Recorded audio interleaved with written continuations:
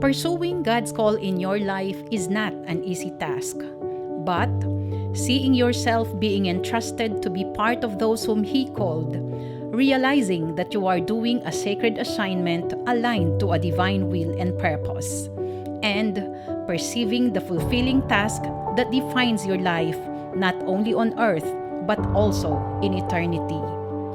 Seeing the fruit of your labor only for God's glory is so rewarding.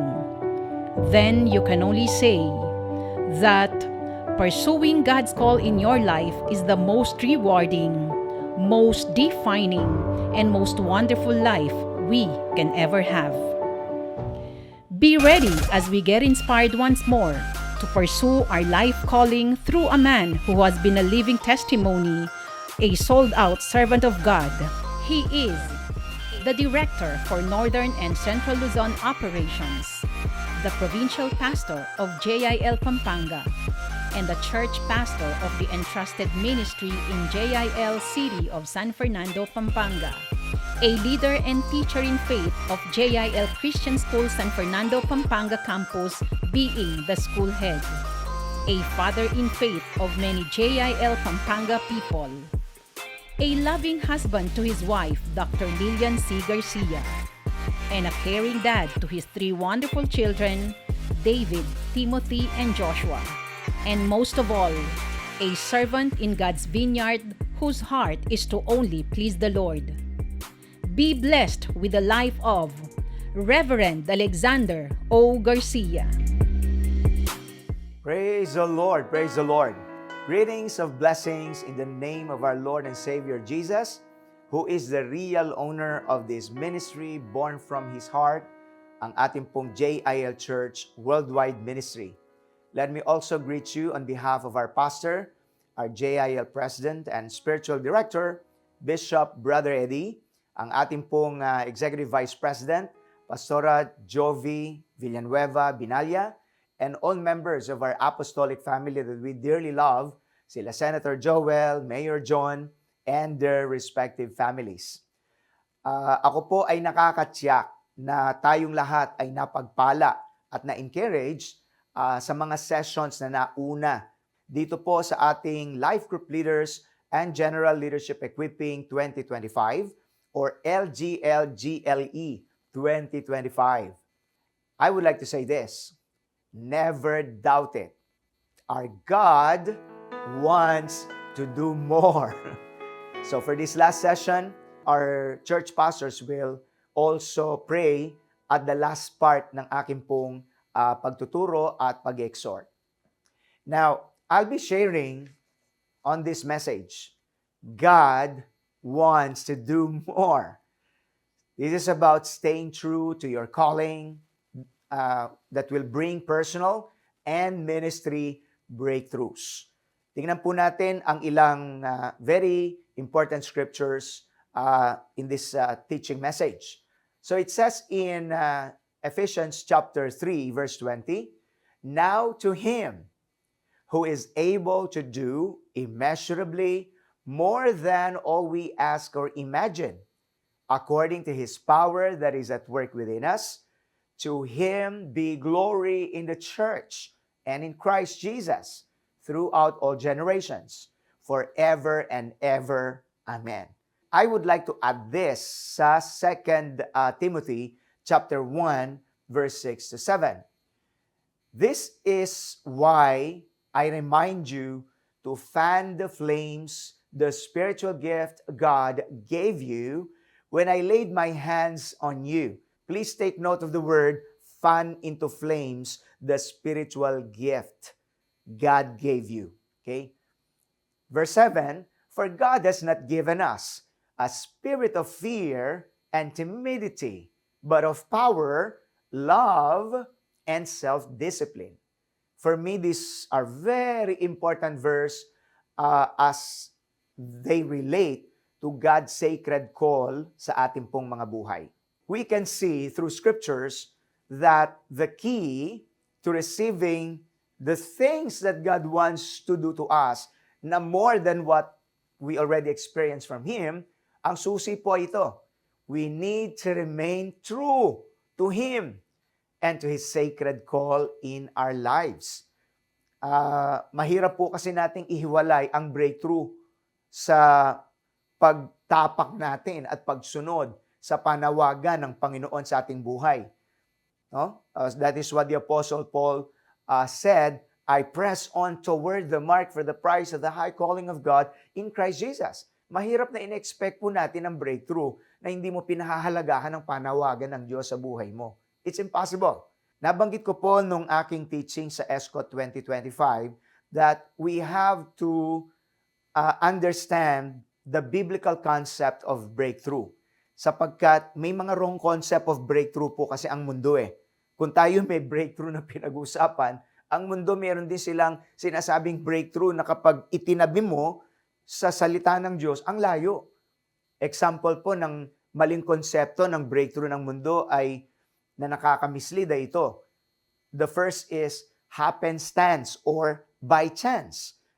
Ito yung sinasabi nilang swertihin na lang ako o kaya ay baka sakali o kaya ay tsamba. So that's the world's view and concept of breakthrough. Hindi po yun ang biblical breakthrough, mga kapatid. Another unbiblical breakthrough na ang mundo ay itong ginagamit is, ay, nasa iyo lang yan. Carnal efforts, devoid of faith in God. Basta nasa iyo lang yan kung magtatagumpay ka o hindi. And it removes God from the equation na para bagang ang tao siya na ang Diyos at nagdidikta ng kanyang destino. Ang resulta, kayabangan. Yung una, ang resulta ay kawalang katiyakan. So both of these concepts are dangerous concepts, kaisipang galing sa dyablo, at ito ay ipinayakap niya sa mga tao ng mundo. But to us, the people of God, the biblical concept of breakthrough is that, number one, it's a work of God. We cannot take credit of it. It is because of His grace, it's because of His power, and that is why it's miraculous. At ito'y may hatid na kabutihan sa atin. At ngayon, ikalawa, para ito'y maranasan natin, nais po ng Diyos that we operate in faith, obedience, prayer, and perseverance. Yun ang malaking pagkakaiba. So, in this preaching, titingnan po natin kung papaano natin mararanasan ang makabibyang breakthrough na hindi pinagdaramot ng Diyos eh. It's for all of His people. Pero ito'y mararanasan natin sa pamamagitan ng, are you ready? Pananatiling matapat sa Kanyang panawagan sa ating buhay. So with this, there are so many hindrances and schemes of the enemy that are trying to hinder us in fulfilling God's precious call sa ating buhay. The enemy does not always destroy. He neutralizes. More to that later. The devil does not need to destroy you if he can distract you.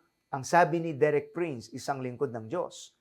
So may mga mananampalataya ngayon, ang problema nila is not a lack of ability. It's not a lack of anointing, but that they have been neutralized. Anointed, maabilidad, pero hindi nagagamit. Yun po ang problema.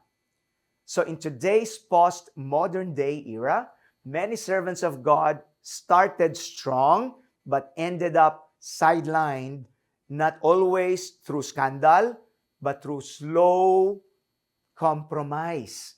Unti-unti at hindi nila alam na neutralize na po sila ng kaaway.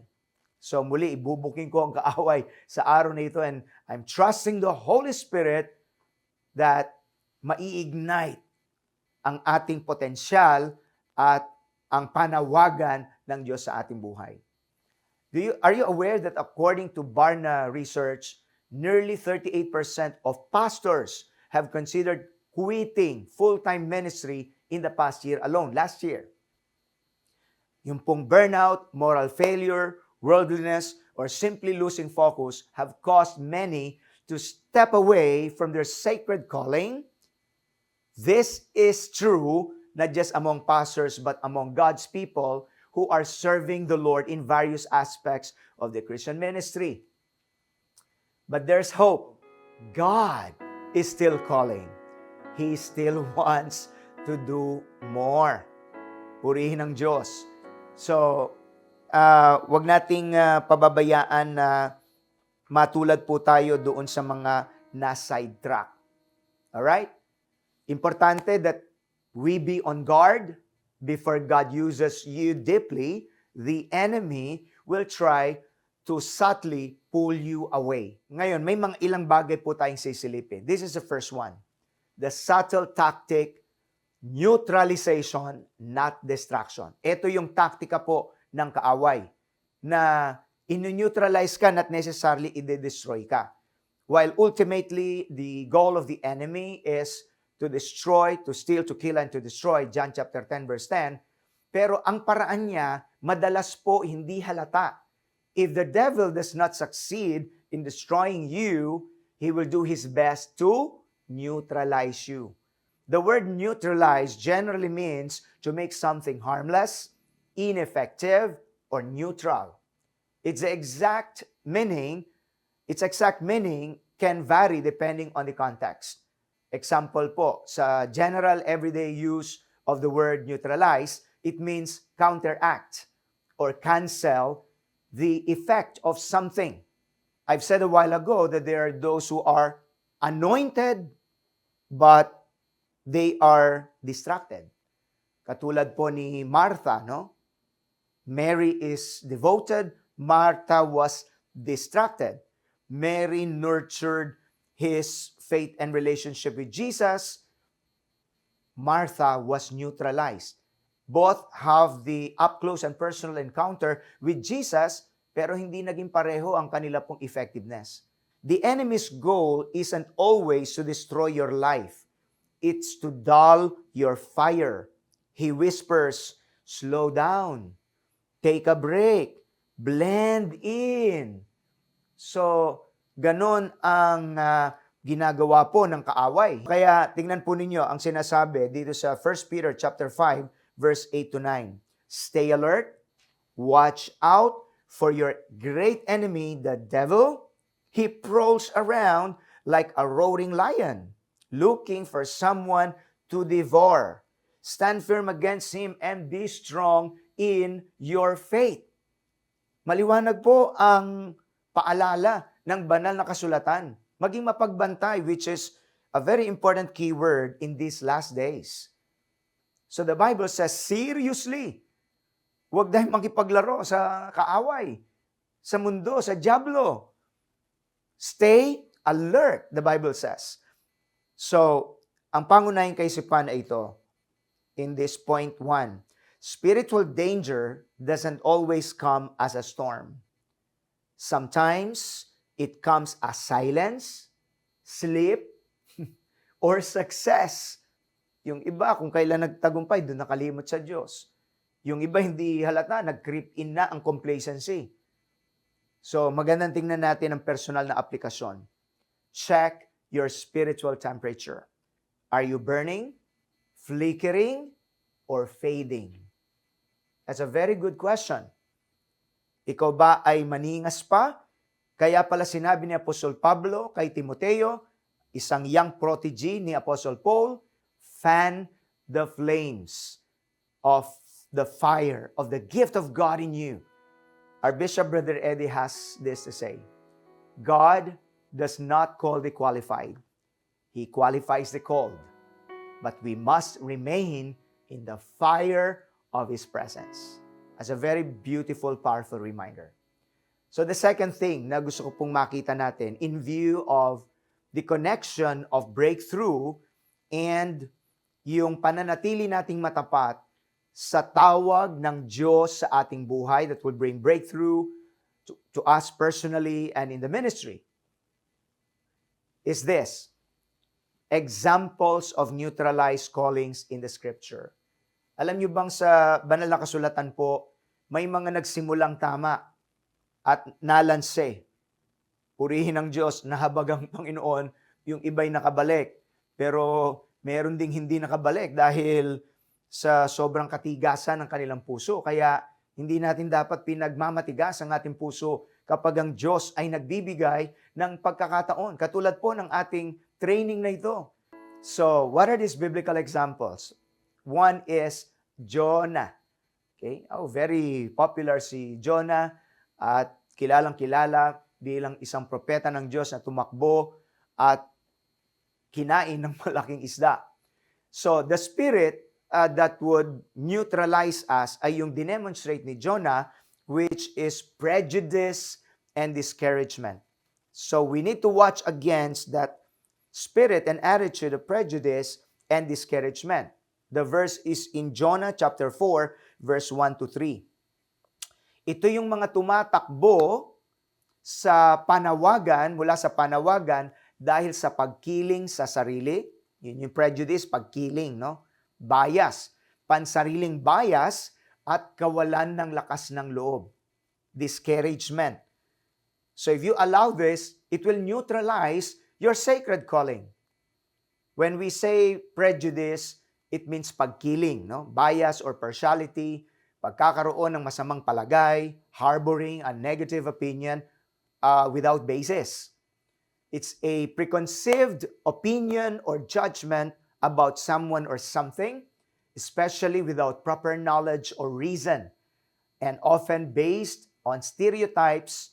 Pagka sinabing stereotype refers to a fixed, oversimplified, and often unfair belief or idea about particular group or of people or things. So, unfair belief, yun ang ibig sabihin ng stereotype.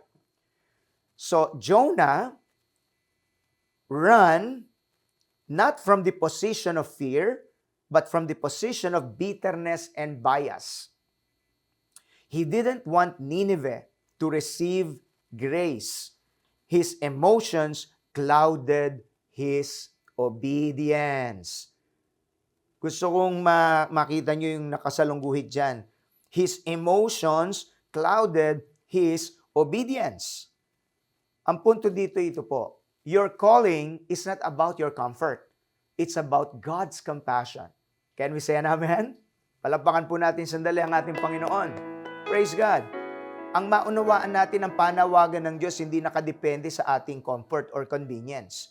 Ito ay ang pag-allow sa compassion ng Diyos na pumuno at umapaw sa buhay natin para sa iba. In fact, ministry is not a platform to exalt ourselves. Ministry is a platform to exalt the Lord and serve His purposes.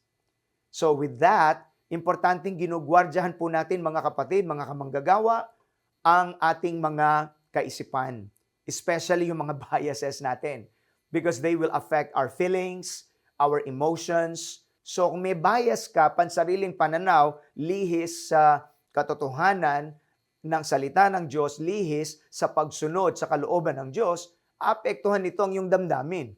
Madi-discourage ka talaga kasi yung expectation mo, hindi ka pareho ng ipinagagawa ng Panginoon. Gusto kasi nitong si Jonah, na wasakin ng Diyos ang Nineveh. Galit na galit siya sa Nineveh. Grabe, kapag tinignan po natin kasi sa kasaysayan, ihahagis ang bata at tutusukin ng espada hanggang mamatay.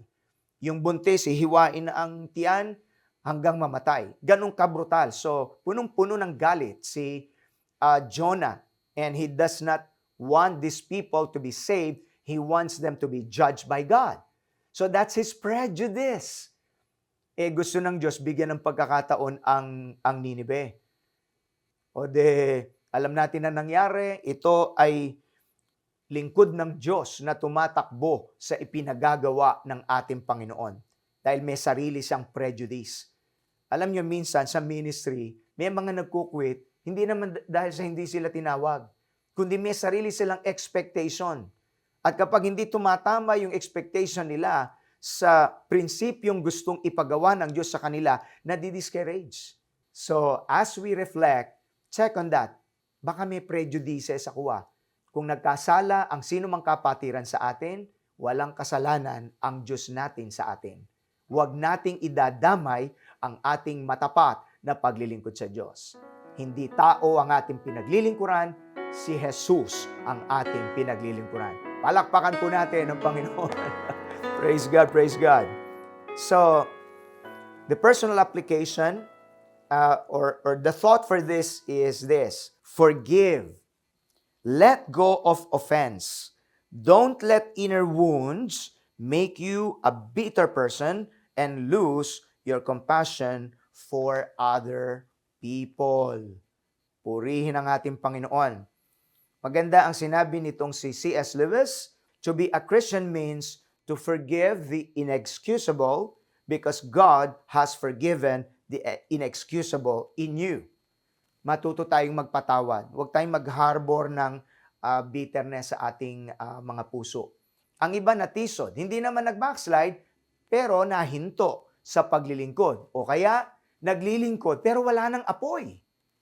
And they were rendered ineffective by the enemy. So, never lose your compassion for people, kahit na makulit, kahit hindi magandang ugali, everyone is a work in progress, including all of us. So, na-neutralize si Jonah because of his prejudice and discouragement, but praise God, ang sabi ng Jonah 3:1, the word of the Lord came to Jonah the second time.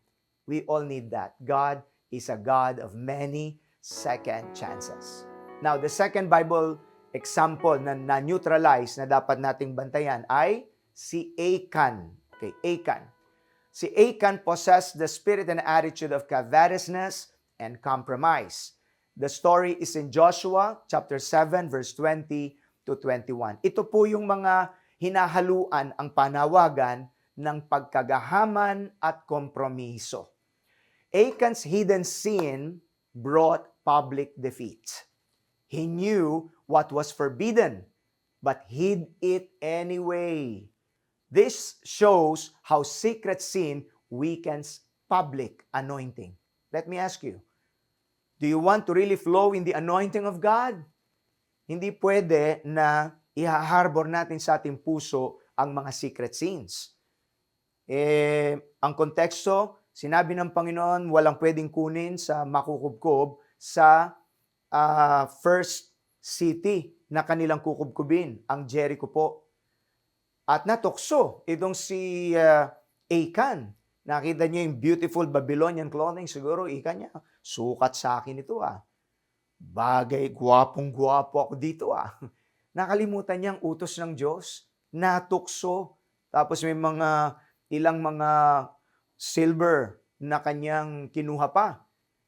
So yun ay in violation to God's very clear and very serious command. And it brought defeat to the entire Israelite army. Get this principle, please. You cannot conquer when you conceal your sin. Okay? Sabi po ng Proverbs 28 verse 13, people who conceal their sins will not prosper. But if they confess and turn from them, they will receive mercy. Ang kasalanan po, hindi itinatago, hindi nirarasunan. Ang kasalanan, pinagsisisihan yan. Yan ay itinatakwil sapagkat walang maidudulot na buti sa atin. Very clear ang instruction ng Scripture. Proverbs or Psalm 66 verse 18 also says, if I had not confessed the sin in my heart, the Lord would not have listened. Kahit ipakatago-tago mo yan sa mata ng tao, kitang-kita pa rin ng Diyos ang kasalanan. So it's not even logical, it's not even wisdom to think na hindi alam ng Diyos. So we've got to repent of it, confess it, and ask God's forgiveness if we sin. Alam niyo po, may kapareho si Achan na Bible character, si Gehazi, na ministry assistant po ni Prophet Elisha. Napagaling sa kapangyarihan ng Diyos si Naaman sa kanyang ketong at gusto nitong si Gehazi na kunin yung gusto sana ni Naaman na kabayaran sa himalang tinanggap niya sa Panginoon na ibabayad kay Elisha. But the Lord led Elisha to reject the gift, to impress to this pagan leader na ang himala hindi binabayaran. It is a grace of God. Natukso si Gehazi, hinabol niya si Naaman at gumawa ng sarili niyang istorya. May dumating mga propeta, Naaman, at baka pwedeng mabigyan mo kami ng mga konting magagandang damit, etc., etc. Siyempre, tuwan-tuwa naman si Naaman. Pagbalik niya, sabi ganyan ni Elisha, hindi ba't kasama mo ang spirito ko nung ikaw ay umalis? At ang sabi niya, yung ketong ni Naaman ay mapupunta sa iyo. It's a very terrifying story actually. So this is not to say that we should not bless the man of God. May blessing kapag binibless natin ang mga naglilingkod sa Diyos. Subalit ang problema doon ay yung kapag mag-demand ka ng kabayaran sa mga himala ng Diyos. Brother Eddie usually reminds the leaders and the workers, we are missionaries. We are not mercenaries. People will bless us or not, that's okay. Our goal is to simply serve the Lord. Hallelujah. Okay?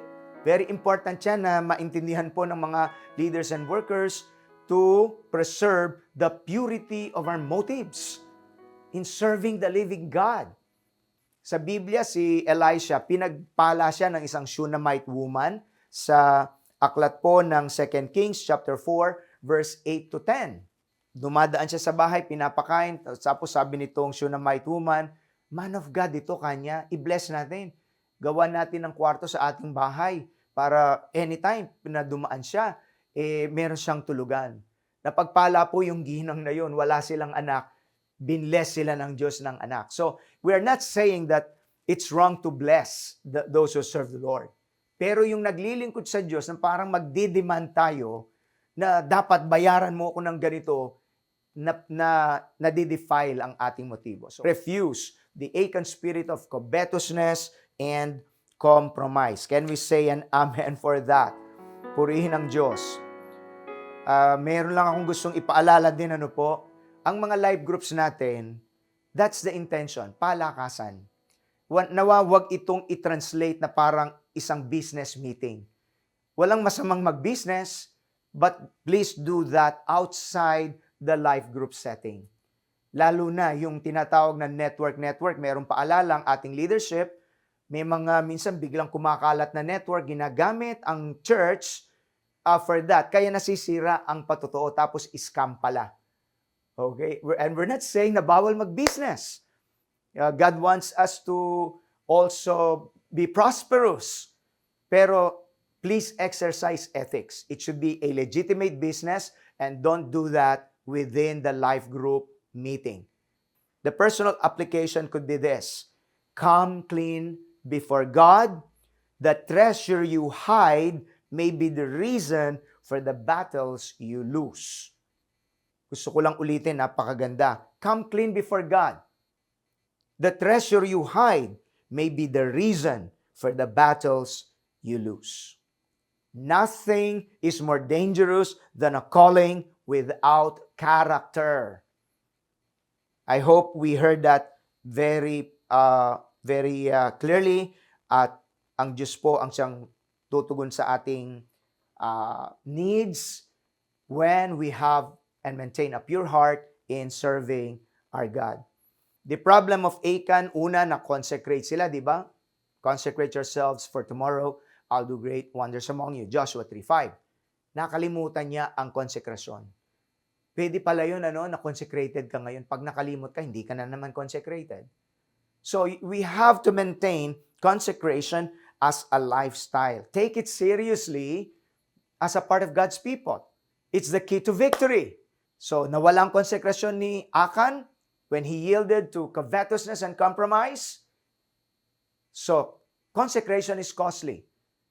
Meron akong simple devotion po na about this, which goes like this. In Scripture, consecration is portrayed as costly, immersive, and deeply serious. It is never casual, rushed, or taken lightly. The flesh resists waiting. It craves shallow pleasures that bring fleeting happiness without regard for moral values. In contrast, consecration, which is the key to victory, demands intentionality, deep commitment, immersion in God's presence, and willingness to strip away carnal and sinful habits. Kaya, i-refuse natin ang covetousness. Labanan natin ito. Don't lose your consecration. If you've lost it, recover it at once and then guard it. Palapakan po natin sandali ang Panginoon. Praise God for that. Okay, number 3, Bible example, Peter. Ano ang nangyari po kay Peter nung siya'y na-neutralize? Buti na lang nakapanumbalik po. That was an episode of prayerlessness and self-confidence in Luke 22 verse 45 to 62. Ito po yung kakulangan ng pananalangin at masyadong pagkabilib sa sarili that would neutralize your calling and disqualify you from receiving and experiencing breakthroughs. Ang istorya ay nasa hardin ng Getsemani ang Panginoon in the darkest hour of the Lord Jesus, just before He was arrested at siya inakusahan at kinondena kahit wala siyang kasalanan. He asked His disciples to watch and pray. Ano pong ginawa? Nangunguna pa si Pedro, nung dat na ng Panginoon naghihilik. Sa halip na manalangin, natulog. So, what can we see here? Peter loved Jesus, but in the critical hour, he slept instead of prayed. Then, he denied Christ, he trusted in his strength, and failed. One way po na nakakapasok ang neutralizing scheme of the enemy sa isang naglilingkod sa Diyos ay ang pagpapabaya sa pananalangin. So without the discipline of consistent, fervent prayer, we will not overcome our propensity for pride and to become self-confident as a human being. So kaya tuloy nangyari in the hour of temptation, we will be so weak and vulnerable. So never make this mistake, please. It's the mistake of prayerlessness. Yung iba nananalangin kahit papaano, but not enough to overcome the flesh and to overcome temptation. Jesus said that. Watch and pray so that you will not fall into temptation. Every time na makabalita po tayo ng kamanggagawa, nakakalungkot man, na napatihulog sa immorality, sa mga bitag ng kaaway, ang ugat lagi, kakulangan ng pananalangin. So yung iba ay nagpipray naman, pero masyado nagmamadali. They're not immersing themselves enough. Okay? Until they are filled with the Spirit of God, until the Spirit mortifies their carnality. So kapag ka po tayo ay nananalangin, the Lord showed me this. The Spirit of God incinerates the desires of the flesh. Sinusunog niya ang nasa ng laman at pinalalakas niya ang mga holy desires and the fear of God. That is what happens when we pray, pero hindi ka dapat nagmamadali. Kaya ang konsekrasyon, kahit sa Old Testament, pinag-aralan, the rituals, the ceremonies for the priests, and the utensils in the temple, it takes time, may sacrifice. Kaya yung mga lagi nagmamadali, the flesh cannot wait. The flesh is very impatient. So we've got to deal with those tendencies of the flesh, immerse yourself, pay the price. That is how we can receive the consecrating power of the precious Holy Spirit at lalakas tayo at hindi man neutralize ang ating sacred calling. What you neglect in private will collapse in public. Iwanan ka ng lahat, Panginoon, sabi ni Peter. Ako, ibahin mo ako, Peter yata ito. Short of saying. Ano siya? Very confident. Pero dahil napabayaan niya yung isang bagay na napakahalaga, nag-collapse yung kanyang capacity in public. When we pray, pray in secret, and the Father sees it, the Bible says, Matthew chapter 6. And what you do in private, God will reward it openly. Labanan ang prayerlessness. The personal application is this: prioritize prayer. Your public courage depends on private communion with God. Can we say an amen? Praise God, praise God. Magandang paalala ng isang respetadong pastor, James Simbala, you are only as strong as your time alone with God. Hindi tayo pwedeng magpagimik-gimik lang, mga kapatid, sa ministry. Alam ng diablo yung mga totoong malalakas espiritual at yung mga idinadaan lang sa gimik, yung kalakasan. Maganda rin ang paalala ni Dwight L. Moody, the Bible will keep me from sin or sin will keep me from the Bible. Pipili ka lang. You spend time in the Word of God, mailalayo ka sa kasalanan. Pabayaan mo ang Word of God, masyado kang ang kasalanan ang naglalayo sa iyo mula sa Diyos at sa Kanyang salita. Thankfully, Peter learned his lesson but in a very hard way. So sa paglilingkod sa Diyos, prayerlessness is a very terrible danger. So regain your fire by reviving your consistent prayer disciplines and passion for God and His words. The fourth Bible example is this, Demas. Ano po ang dinemonstrate ni Demas? Worldliness and distraction. That's in 2 Timothy chapter 4 verse 10. So, ito yung madaling tumalikod dahil po sa kaway ng mundo. Ang sabi ng 2 Timothy 4 verse 10, for Demas, because he loved this world, has deserted me and has gone to Thessalonica. Crescens has gone to Galatia and Titus to Dalmatia. Sino po itong si Demas? Si Demas once worked with the Apostle Paul, but over time, he fell in love with the world. It didn't happen overnight. It was a slow drift. As I speak today, probably you're still in the ministry, but something is happening so deep in your heart. Hindi ka na kasing ningas katulad nung dati. Unti-unti parang yung kaway ng mundo nagiging malakas sa iyo. And God is speaking to you through this training. God loves you so much. At ayaw ng Panginoon na mapunta ka that far. Never be a Demas. Demas was a companion and co-worker of Paul during his ministry. He is mentioned in few places. Sa Philemon 1:24, Paul refers to Demas as a fellow worker, kamanggagawa. And so do Mark, Aristarchus, Demas, and Luke, my fellow workers. Colossians 4:14, he is simply mentioned as part of Paul's group. Our dear friend Luke, the doctor, and Demas send greetings. Kasama siya sa top level.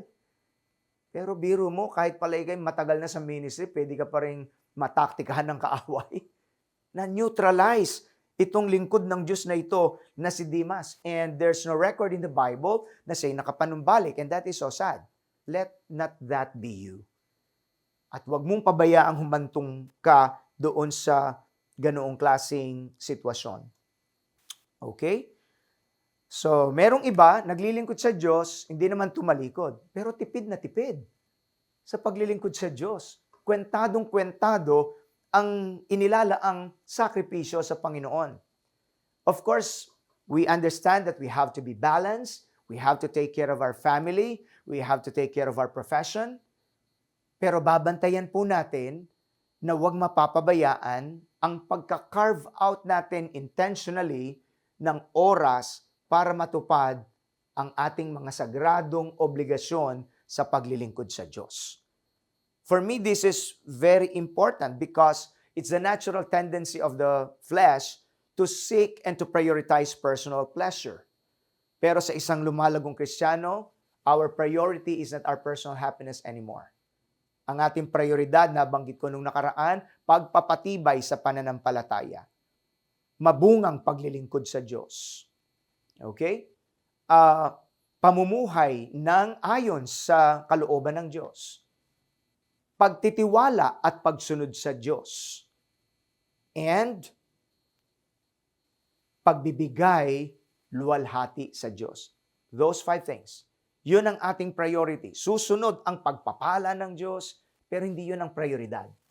There are God's people, sadly, gusto ng pagpapala, pero ayaw ng paglilingkod sa Diyos. Do you know what kind of spirit is that, mga kapatid? That's the entitlement mentality. It's a very selfish, self-centered kind of view of life. So, never allow yourself to fall into that pitfall. Maganda ang paalala ng lingkod ng Diyos na si C.T. Studd when he said, only one life will soon be past, and only what's done for Christ will last. let me talk to our life group leaders and all of our leaders here. Kahit 3 lang, 4 ang mga kapatirang inaalagaan mo, napakasagrado niyan. Yan po ay kalugod-lugod sa Diyos.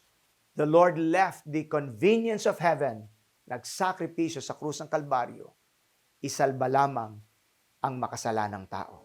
Wag nawa tayong tutulad dun sa iba, nung binata, nung dalaga, napakamaningas. Nung mag-asawa, kinalimutan ang paglilingkod sa Diyos. Of course, there are some adjustments because of little kids and all of that.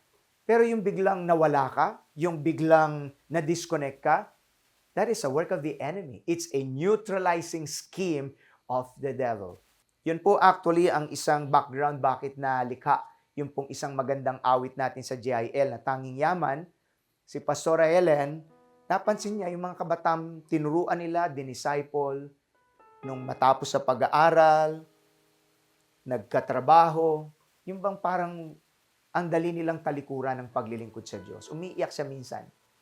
At nung nagpe-pray, ang ating Pastor Joey, doon nalikha yung awit na makamtan ko man lahat ng yaman sa mundo, makamit ko man pangarap at mithin ang puso ko, kung ako'y manlalamig sa'yo at malalayo ng husto, ay bigo pa rin, ay hungkag pa rin ang puso ko. Please never allow the neutralizing scheme of the enemy to prevail against you. Your calling is so sacred.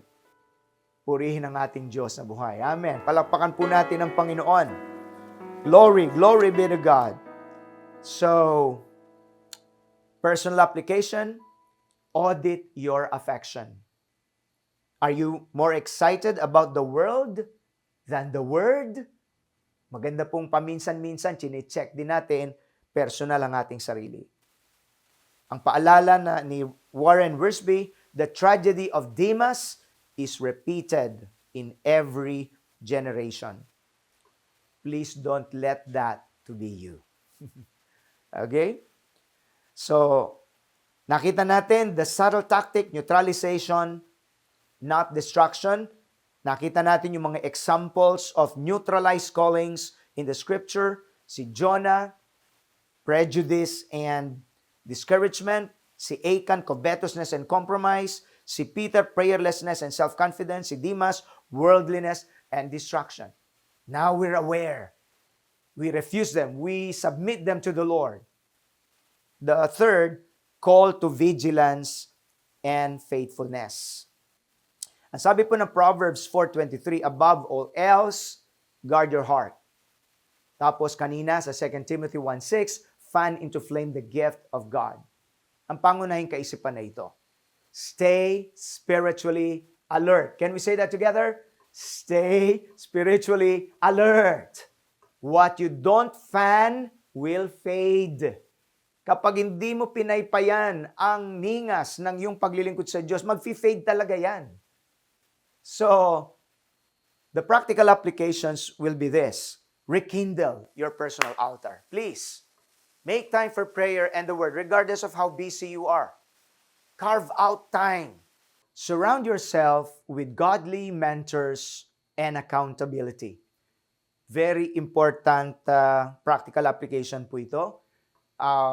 We need these men and women of God. Praise God. So, wag na wag po tayong mag-a-attempt na mag-solo-solo. Kaya, yung mga accountability meetings, fellowship, don't miss them. Yan ay paraan to fan the flame of God's gift and calling in your life. Tingnan nyo yung mga life group leaders, hindi na dumadalo ng meetings, night of power, leadership equipping. Eventually, na-disconnect sila. So, we have to do something. And then, recognize and renounce distractions. Don't negotiate with them. Paulit-ulit man, pero napakahalaga. Isa po sa number 1 distractor ngayon is the unhealthy use of social media. You see, the social media can be consecrated or it can be used in a corrupted way. So kapag wala tayong discipline, yung mayat-maya, nagturo ako minsan ng deliverance from demonic bondages. Anything that is compulsive is demonic or could have some demonic influence. Compulsive shopping, hindi naman masamang mag-shopping, pero yung basta napunta ka sa mall, basta nakita mo yung online, kahit hindi natin kaya, bili dito, medyo that's not just weakness of the flesh, minsan meron na itong influence ng kaaway. Compulsive gossiping, may mga hindi mapigil ang dila. Alam nyo, isa po sa mahalagang bantayan, compulsive scrolling. So if you cannot help yourself at maya-maya, parang ganun ang naging habit, you've got to learn how to fast. Ang tawag minsan dyan ay social media fast. Yung intentional.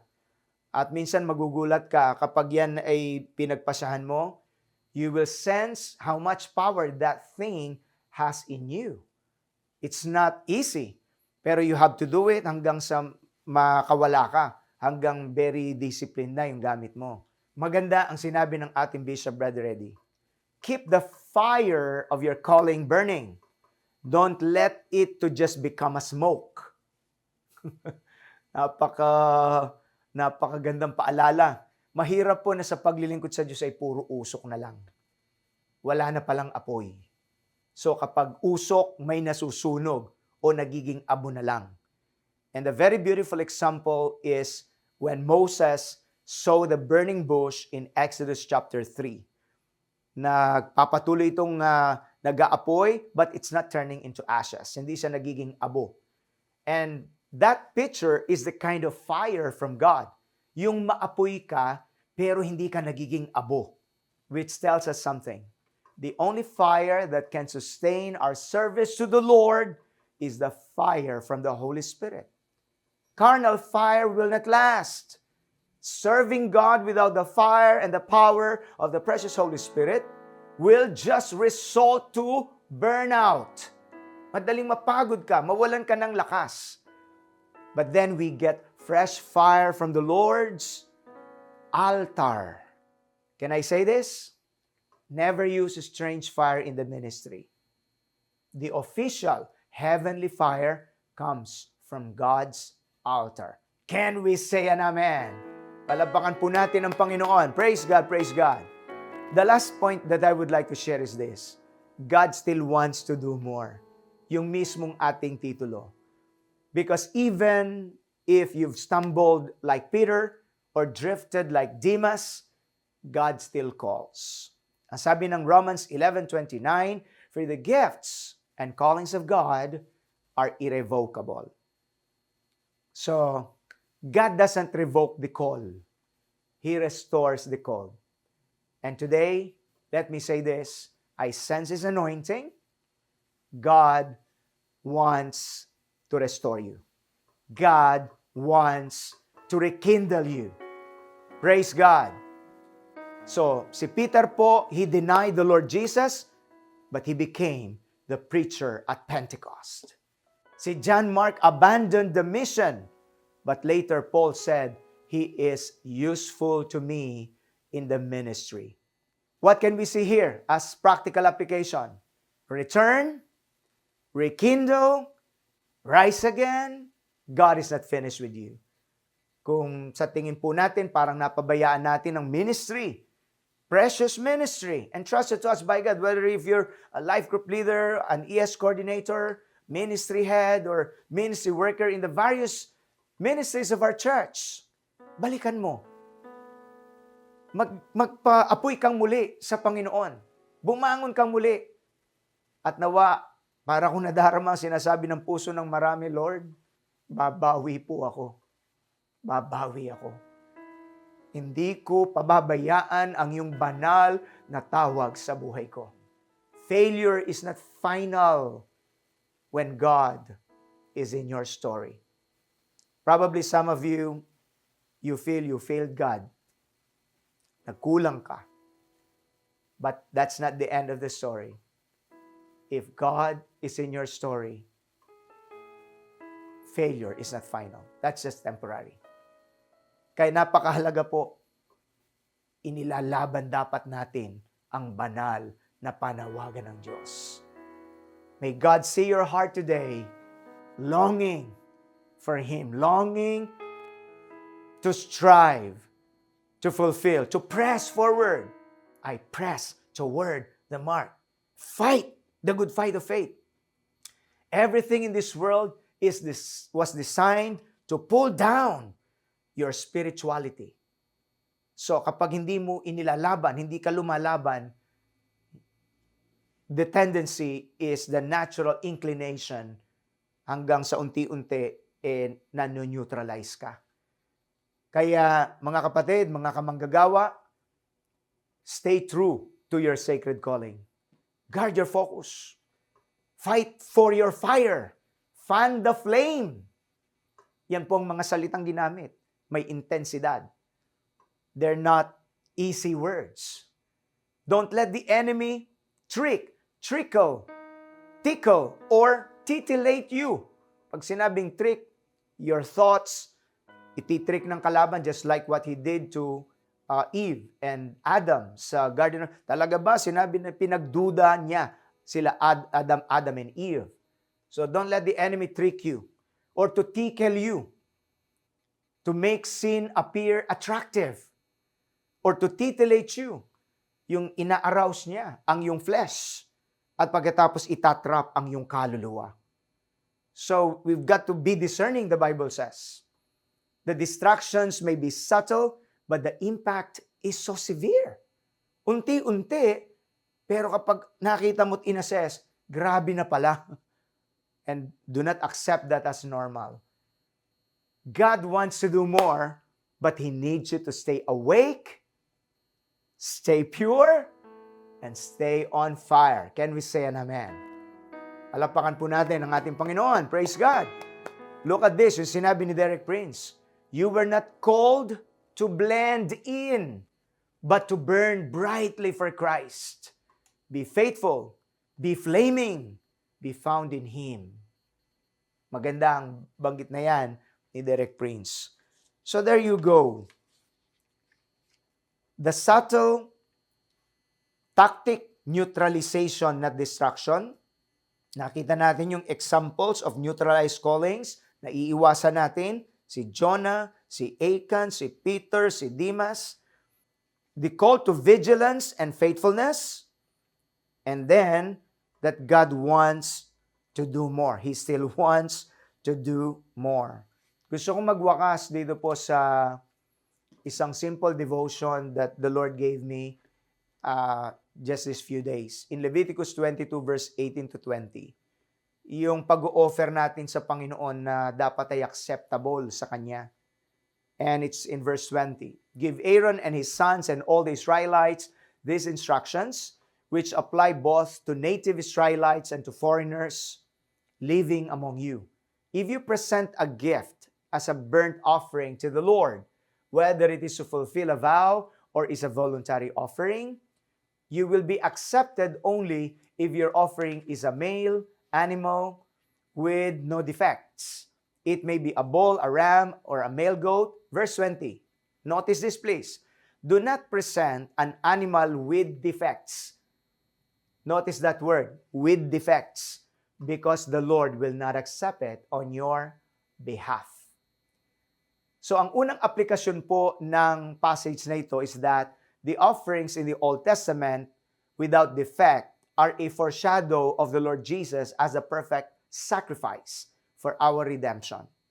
Ang sakripisyo lang po ng ating Panginoon ang acceptable sa Diyos to atone for our sin, and His sacrifices once and for all. And the Lord reminded me sa passage na ito, another important application po is that our service to the Lord should be an acceptable offering. Na hindi tayo dapat mag-aalay sa Diyos ng something that is defective dahil hindi ito katanggap-tanggap sa ating Panginoon. Huwag pabugso-bugso yung ating paglilingkod sa Diyos, mga kapatid. Maging matapat po tayo. Because if hindi pirme ang ating paglilingkod, tipid na tipid, it's a defective kind of offering to the Lord. Ang isa sa laging nagpapaliyab sa akin ay kapag naiisip ko, isang araw ako'y haharap sa aking tagapagligtas. Sa aking dakilang pastol na nagmahal sa akin at nagligtas sa akin from the troubles in this life. And my constant desire is to be found faithful. You know why? I owe it all to the Lord Jesus. He's been so good to me, unworthy as I am. He is worthy of my best. Surely, ang source ng blessing in life is when you serve the Lord faithfully. Ang sabi ng book of Exodus. But most of all, we serve God because He is worthy. He is so worthy.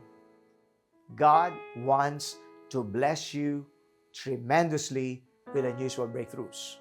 Pero ang susi, hindi ala-tsamba, hindi swerte, hindi bugso-bugso, kundi yung pananatiling matapat sa Panginoon. May nakakakita o wala. When you stay true to your calling, it brings personal and ministry breakthroughs. Amen? Tatayo po sana tayong lahat sa presensya ng ating Panginoon. There is this song that best reflects the desire of our heart na makapaglingkod po tayo sa Diyos at ito'y maging handog na katanggap-tanggap sa Kanya. If you feel that in the past you've been discouraged, God can see that and He's not condemning you. God wants you to rise up again.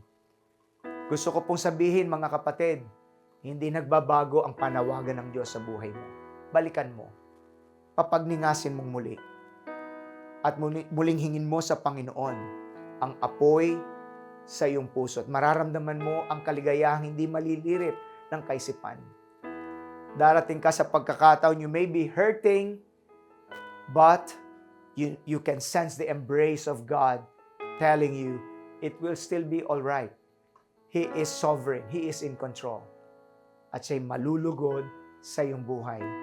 Habang tayo nakatayo, could we lift our hands to Him as we sing this worship that best reflects our desire that we want to offer to God our lives and our service na hindi depektibo, kundi acceptable to our God. Sing that song with me.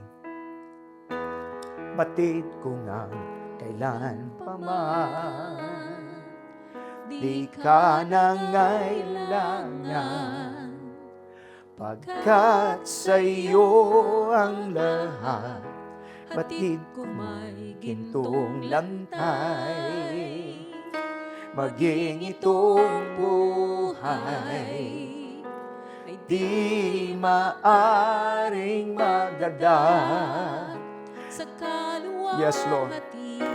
mo. Gayon pa man, Gayon pa man iyo'y hangat. ang alay sa iyo. Everybody sing it. Ang pinakadalisay at pinakamahal. Ang pinakamahusay aking ilalaan. Buong puso't lakas at kaluluwa, sa pinakamainamay karapat-dapat ka, o tanggapin naway malugod sa aking handog. Sing that part again. Ang pinakadalisay at pinakamahal,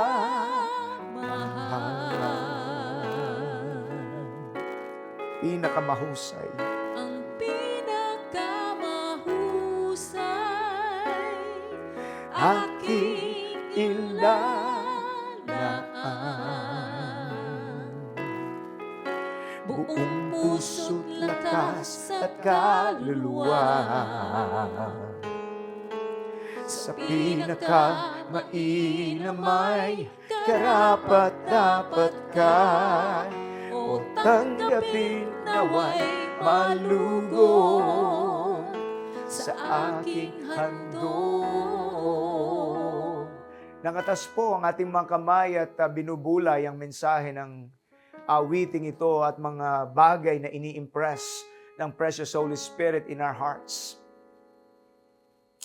There will be times na luluha ka. There will be times na masasaktan ka. There will be times na makakaranas ka ng mga hamon. But let me tell you, those are the times that you can shine more brightly for Christ. Yun yung mga panahon na lalong madadalisay ang katapatan ng iyong pananalig at kadalisayan ng iyong paglilingkod sa Panginoon. Pass the rejection test. Pass the hurt test. Pass the faithfulness test. Shame the devil and honor God. At madarama mo ang kakaibang klaseng galak at katiyakan sa iyong puso na hindi pwedeng ibigay ng mundo o sino mang tao sa mundong ito. And that is supernatural. And then you'll just watch what God will do, the breakthroughs that He will do in your life. Darating po yung panahon na yung masasabing, Panginoon, ipadama mo lang na nalulugod ka sa buhay ko. Sapat kong lakas upang ako'y magpatuloy para sa iyo. Today, your hands are lifted. I pray for His anointing upon your life. I pray for God's strength flowing upon you today. I pray that your anointing that is so sacred will be ignited in a supernatural way. And I rebuke the works of the devil. I rebuke the spirit of discouragement, the spirit of depression, the spirit of compromise, the spirit of worldliness. Sa pangalan ni Jesus, I rebuke the lies of the enemy condemning you. That's a lie of the enemy. We rebuke it in Jesus' name. By faith, receive the fresh anointing of the precious Holy Spirit. No, don't believe the lie of the enemy. Tinawag ka pa rin ng Panginoon. Just go back to that call and you will see the next phase ng breakthrough ng Diyos sa iyong buhay. Hallelujah! Everybody pray in the Spirit. Shande credele beseya, devracandolo doseya. I sense in my heart that anointing of breakthrough is flowing. Receive it by faith in Jesus' mighty name. Hallelujah! Your ministry will be blessed and will be a channel of blessing. Our churches will continually be a channel of blessing to many families in our communities in Jesus' name. By faith, Vision 2500 will be fulfilled. Tribe Group Vision 144 will be fulfilled. Our life groups will grow in Jesus' name. All ministries will be blessed in Jesus' name. We claim this breakthrough. Hallelujah! At darama ko po sa aking puso, the lies and the bondages of the enemy are being broken. In Jesus' mighty name, you are being released to the new phase of your call from God. In Jesus' mighty name. Hallelujah! Praise Him, please. Ang pinakadalisay at Come on, sing your worship to Him. Yes, Lord. Ang pinakamahusay at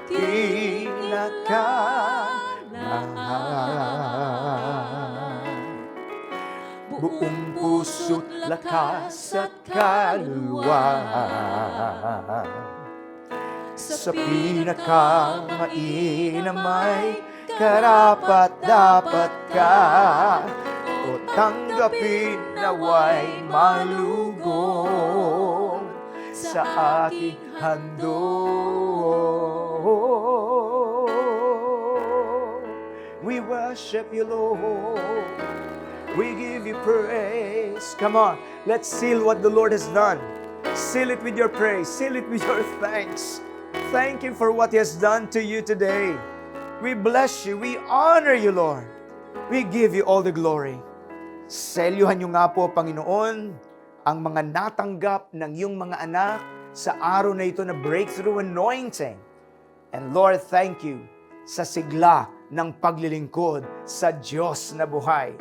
We claim breakthroughs, Lord, and we will give all praise and honor to you. In Jesus' mighty name, amen and amen and amen. Well, God bless you all. Our pastors will take over this time to minister whatever the Lord puts into their heart. To God be the glory.